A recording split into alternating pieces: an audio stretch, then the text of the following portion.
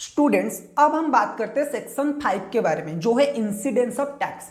Section 5 हमें ये बोलता है कि एक पर्सन अगर इंडिया में रेसिडेंट बनता है या फिर नॉन रेसिडेंट बनता है, उसके बाद उसके कौन कौन से इनकम इंडिया में टैक्सेबल होगा एंड कौन कौन से इनकम इंडिया में एग्जेम्प्टेड होगा। रेसिडेंशियल स्टेटस निकालना हमने सेक्शन 6 में ऑलरेडी सीख चुके हैं कि सेक्शन 6 में हमें कैसे रेसिडेंशियल स्टेटस निकालना है डिफरेंट पर्सन का, चाहे वो इंडिविजुअल हो, चाहे वो एक एचयूएफ हो, चाहे वो एक कंपनी हो, ओके, या फिर कोई अदर पर्सन हो। तो उसके बाद का जो पॉइंट है, जो मेन गोल है हमारा, वो ये है कि एक पर्सन का रेसिडेंशियल स्टेटस इंडिया में निकलने के बाद कौन कौन से इनकम इंडिया में उसके हाथ में टैक्सेबल है वो हमें चेक करना है, और वो हमें बोलता है सेक्शन 5। तो आपको क्या करना है, ये टेबल याद रखना है। इस टेबल में 4 कलम है। एक में है टाइप्स ऑफ इनकम, जो कौन से टाइप्स के इनकम इंडिया में हो सकता है। उसके बाद है 3 टाइप के जो पर्सन है। एक है ऑर्डिनरीली रेसिडेंट, अगर एसएससी का स्टेटस ओआर होता है तो उसके केस में क्या होगा, अगर एसएससी एनओआर होता है यानी कि नॉट ऑर्डिनरीली रेसिडेंट होता है, तो उस केस में उसका इनकम, कौन कौन सी इनकम इंडिया में टैक्सेबल होगा, कौन कौन सी इनकम इंडिया में एग्जेम्प्टेड होगा, वो एक पॉइंट है। और एक, अगर कोई पर्सन नॉन रेसिडेंट इंडिया में बनता है तो उस केस में उसके हाथ में कौन कौन से इनकम इंडिया में टैक्सेबल होंगे। ओके, सो पहला पॉइंट जो है वो है इनकम रिसीव्ड इन इंडिया। अगर इंडिया में कोई भी इनकम कोई भी पर्सन रिसीव करता है, चाहे उसका स्टेटस कुछ भी हो, चाहे उसका रेसिडेंशियल स्टेटस कुछ भी हो, वो इनकम इंडिया में टैक्सेबल होगा। सपोज एक एग्जांपल लेते हैं, रेंट रिसीव्ड इन इंडिया। तो इंडिया में अगर किसी ने रेंट रिसीव किया है, चाहे वो एक नॉट ऑर्डिनरी रेसिडेंट हो, चाहे वो एक ऑर्डिनरी रेसिडेंट हो, या फिर वो एक नॉन रेसिडेंट हो, तीनों केस में वो इनकम इंडिया में टैक्सेबल होगा पूरा का पूरा। ओके, उसके बाद जो सेकेंड पॉइंट है वो है income deemed to be received in India. अगर कोई इनकम हम एज्यूम करते हैं कि इंडिया में रिसीव हुआ है, deemed to be received in India है, तो उस केस में भी, ये तीनों की केस में, ओआर, एनओआर एंड एनआर, तीनों की केस में पूरा का पूरा टैक्सेबल है, fully taxable. So income received in India तीनों के हाथ में टैक्सेबल होगा, income deemed to be received in India तीनों के हाथ में टैक्सेबल होगा। अब सर, ये income deemed to be received in India क्या है, उसके बारे में एक अलग लिस्ट है जो थोड़ी देर में हम बात करेंगे। ओके सर, उसके बाद इनकम अर्न्ड और एक्रू और अराइज इन इंडिया। अगर इंडिया में कोई इनकम रिसीव नहीं हुआ है लेकिन इंडिया में अर्न हुआ है, ठीक है, वो इनकम इंडिया में एक्रूड हुआ है, तो उस केस में क्या होगा, वो भी तीनों के हाथ में पूरा टैक्सेबल है। ओआर, एनओआर, एनआर, तीनों की केस में इनकम एक्रूड इन इंडिया वो पूरा का पूरा टैक्सेबल होगा। ओके, उसके बाद आता है income deemed to be accrue और अराइज इन इंडिया। अगर कोई इनकम इंडिया में डीम्ड टू बी एक्रू और अराइज है तो उस केस में भी वो तीनों के हाथ में पूरा का पूरा टैक्सेबल होगा। ओके, उसके बाद पॉइंट है, अगर कोई बिजनेस इनकम है जिसकी control and management outside India में है, जिसकी कंट्रोल एंड मैनेजमेंट इंडिया में है लेकिन सेटअप जो है वो आउटसाइड इंडिया में, कोई बिजनेस इनकम है, कोई बिजनेस कनेक्शन है, बिजनेस सेटअप है, जिसकी कंट्रोल एंड मैनेजमेंट तो इंडिया में है लेकिन सेटअप आउटसाइड इंडिया में। सपोज दुबई में बिजनेस है, कंट्रोल इंडिया से होता है लेकिन फैक्ट्री वगैरह जो भी है, इनकम अर्निंग की जो सोर्स है वो दुबई में है, तो उस केस में वो सिर्फ 2 लोगों के हाथ में टैक्सेबल होगा। एक है ऑर्डिनरीली रेसिडेंट एंड दूसरा है not ordinarily resident. Non resident के हाथ में वो टैक्सेबल नहीं होगा। उसके बाद अगर सर कोई बिजनेस है जिसकी कंट्रोल भी आउटसाइड इंडिया में है एंड जिसकी ऑपरेशंस भी आउटसाइड इंडिया में ही होता है, यानी कि सेटअप भी आउटसाइड इंडिया में ही है एंड कंट्रोल एंड मैनेजमेंट भी आउटसाइड इंडिया में होता है, तो उस केस में क्या होगा, इस टाइप की इनकम सिर्फ और सिर्फ ऑर्डिनरी रेसिडेंट के हाथ में टैक्सेबल होगा। फॉरेन में इनकम हो रहा है, कंट्रोल भी फॉरेन में, तो उस केस में वो जो इनकम है वो टैक्सेबल होगा लेकिन सिर्फ और सिर्फ ऑर्डिनरीली रेसिडेंट के हाथ में। ओके, उसके बाद अगर कोई इनकम इंडिया में, अगर कोई इनकम फॉरेन में अर्न हो रहा है लेकिन उससे रेमिटेंस, उसका रेमिटेंस हो रहा है इंडिया में, अगर कोई इनकम हम फॉरेन में अर्न कर रहे हैं लेकिन उससे बाद में इंडिया भेज रहे हैं, तो उस केस में भी वो जो इनकम है सिर्फ और सिर्फ ऑर्डिनरीली रेसिडेंट के हाथ में टैक्सेबल होगा और किसी के हाथ में टैक्सेबल नहीं होगा। सपोज मैं दुबई गया, दुबई में जाके इनकम कर रहा हूँ, ठीक है, दुबई में इनकम करके मैं भेज रहा हूँ अपने फैमिली मेंबर को जो इंडिया में, उसे बोलते हैं रेमिटेंस ऑफ इनकम। तो रेमिटेंस ऑफ इनकम अगर हो रहा है, मैं इंडिया का अगर रेसिडेंट हूं, तो उस केस में मेरे हाथ में वो टैक्सेबल होगा। लेकिन अगर मेरा स्टेटस नॉट ऑर्डिनरीली रेसिडेंट है या फिर नॉन रेसिडेंट है तो उस केस में टैक्सेबल नहीं होगा। ओके, अगर मैं इनकम प्रीसीडिंग प्रीवियस ईयर में, हमारी जो करंट प्रीवियस ईयर उसे छोड़ के किसी और साल में मैंने वो इनकम अर्न किया था, दुबई में गया था 2016-17 में, 16-17 से मैं इनकम कर रहा हूं, ओके, कभी भी मैंने इंडिया को पैसा नहीं भेजा था। 2016-17 का इनकम मैं आज की डेट में, आज की प्रीवियस ईयर में इंडिया भेज रहा हूं, तो उस केस में क्या होगा, वो जो इनकम है वो किसी भी हाथ में, किसी भी पर्सन के हाथ में टैक्सेबल नहीं होगा। तो past on tax foreign income अगर इंडिया को रेमिट किया जाता है तो उस केस में वो इनकम किसी के हाथ में भी टैक्सेबल नहीं होगा। अब बात करते हैं income deemed to be received in India के बारे में। Income deemed to be received in India का मतलब क्या है सर? ये सारे जो इनकम है इन्हें हम कहेंगे income deemed to be received in India. Number 1 पे क्या आता है, अगर आपका employer recognise provident fund RPF में कुछ पैसा कंट्रीब्यूट करता है ना, तो अगर वो 12% ऑफ सैलरी से ज्यादा कंट्रीब्यूशन कर रहा है तो जितना भी उसने एक्सेस कंट्रीब्यूशन किया वो आपका है income deemed to be received in India. उसके बाद अगर जो आपका इंटरेस्ट मिल रहा है ऑन एम्प्लॉयर्स कंट्रीब्यूशन वो अगर 9.5% ऑफ सैलरी से ज्यादा है तो उस केस में भी जो भी एक्सेस अमाउंट है वो क्या हो जाएगा, आपका income deemed to be received in India. उसके बाद अगर जो ट्रांसफर बैलेंस है, सपोज पहले यूआरपीएफ था किसी का और वो बाद में आरपीएफ में रिकॉग्नाइज प्रोविडेंट फंड में ट्रांसफर हो गया, तो जो भी ट्रांसफर बैलेंस है वो आपका क्या है, income deemed to be received in India. उसके बाद जो भी आपका एम्प्लॉयर कंट्रीब्यूट करता है to national pension scheme, NPS में जो भी आपका एम्प्लॉयर कंट्रीब्यूशन करता है, जितना भी उसने कंट्रीब्यूशन किया वो आपका क्या है, income deemed to be received in India. उसके बाद अगर आपका टीडीएस कट होता है तो टीडीएस अमाउंट जितना है वो है income deemed to be received in India. उसके बाद अगर आपका डीम्ड प्रॉफिट है या फिर आपका अनडिस्क्लोज इनकम है जो ब्लैक मनी वगैरह है वो भी आपका क्या है, income deemed to be received in India. उसके बाद सर और एक पॉइंट है जो था income deemed to be accrue और अराइज इन इंडिया। तो income deemed to be accrue और अराइज इन इंडिया हम कब बोलेंगे? उसका पहला पॉइंट है any income from business connection in India. अगर कोई नॉन रेसिडेंट है उसका इंडिया में बिजनेस कनेक्शन है तो उस केस में क्या होगा, जितना भी वो इनकम इंडिया में कर रहा है वो सब कुछ क्या हो जाएगा, इंडिया में टैक्सेबल हो जाएगा एंड ट्रीट किया जाएगा as income deemed to be accrue और अराइज इन इंडिया।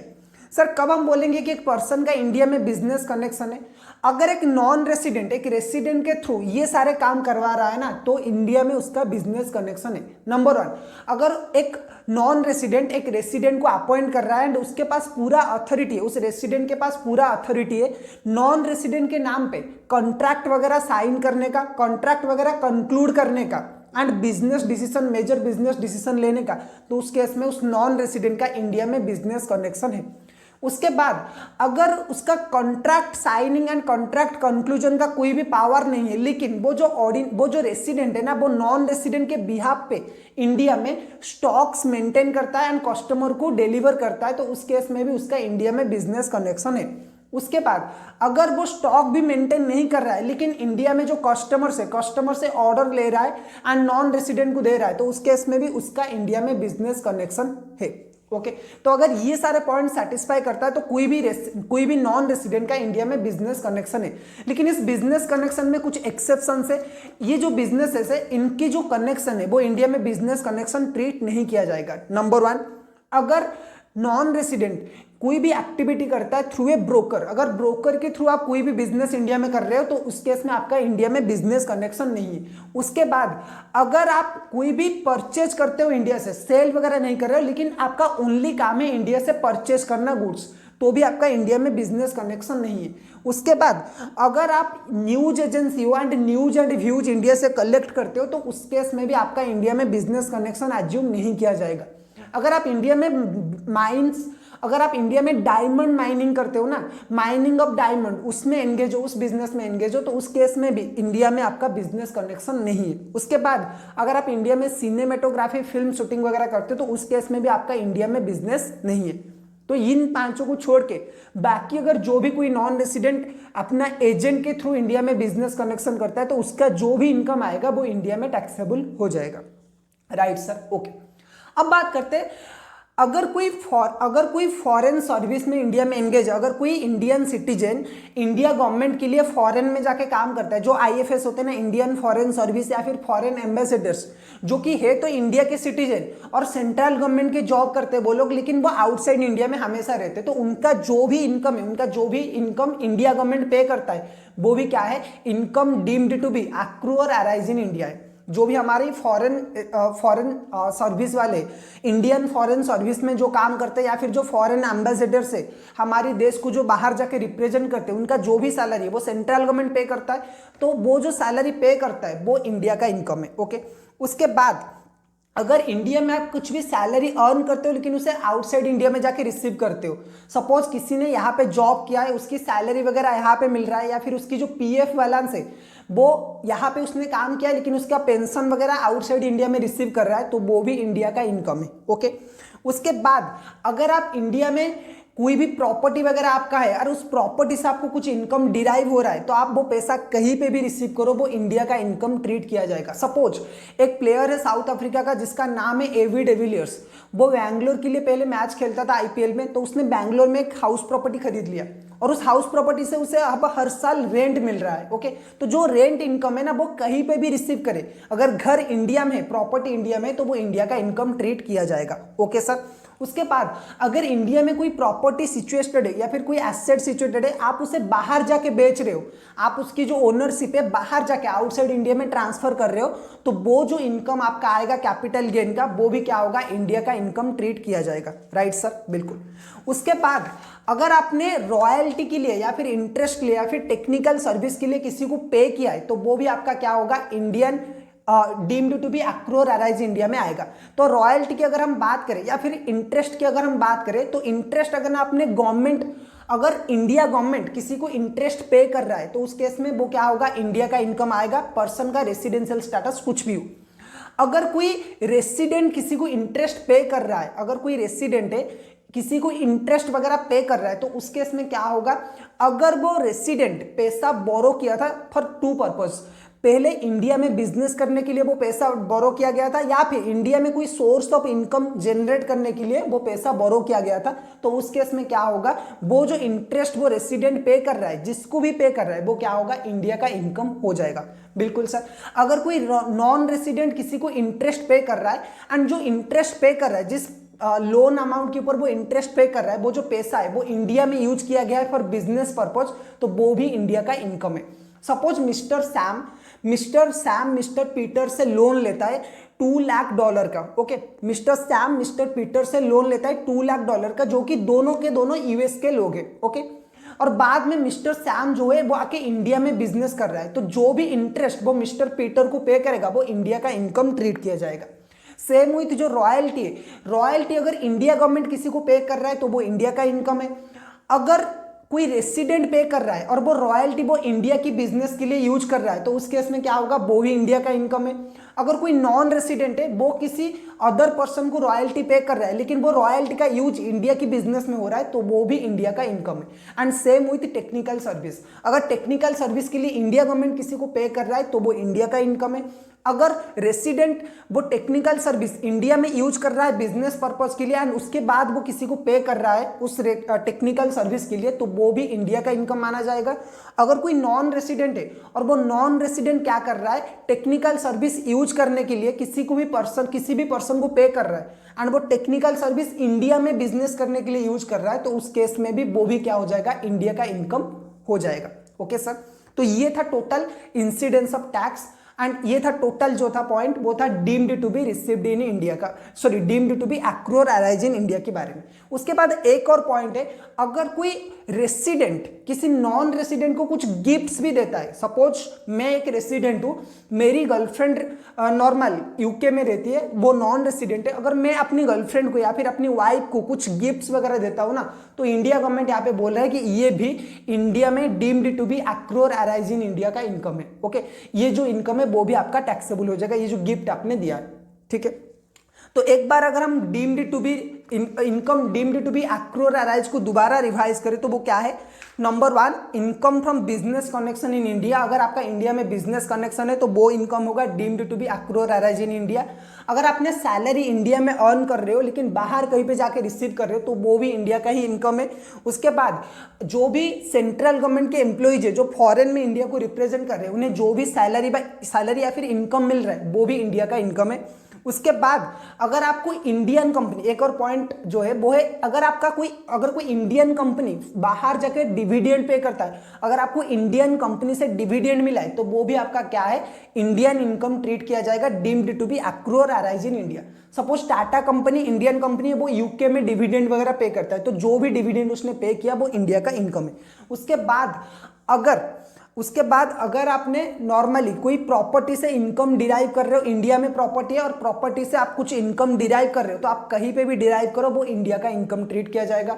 अगर कोई आप कैपिटल एसेट बेच रहे हो वो जो इंडिया में सिचुएटेड है, तो उसके रिलेटेड जो भी प्रॉफिट वगैरह है, जो भी इनकम है, वो भी इंडिया में टैक्सेबल हो जाएगा।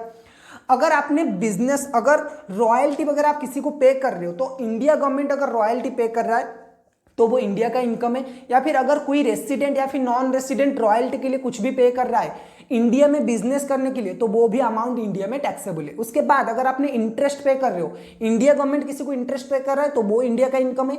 या फिर कोई भी पर्सन इंडिया में बिजनेस करने के लिए लोन लेके इंटरेस्ट पे कर रहा है, तो वो भी इंडिया का इनकम माना जाएगा। जो इंटरेस्ट वाला पार्ट है वो इंडिया का इनकम है। अगर टेक्निकल सर्विसेज की हम बात करें तो इंडिया गवर्नमेंट अगर टेक्निकल सर्विस के लिए कुछ पे कर रहा है तो वो इंडिया का इनकम है।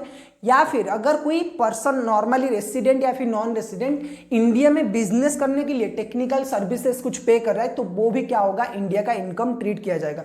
या फिर अगर कोई रेसिडेंट किसी नॉन रेसिडेंट को कुछ गिफ्ट्स देता है, तो उस केस में भी वो जो गिफ्ट्स है वो भी क्या होगा, इंडिया का इनकम ट्रीट किया जाएगा।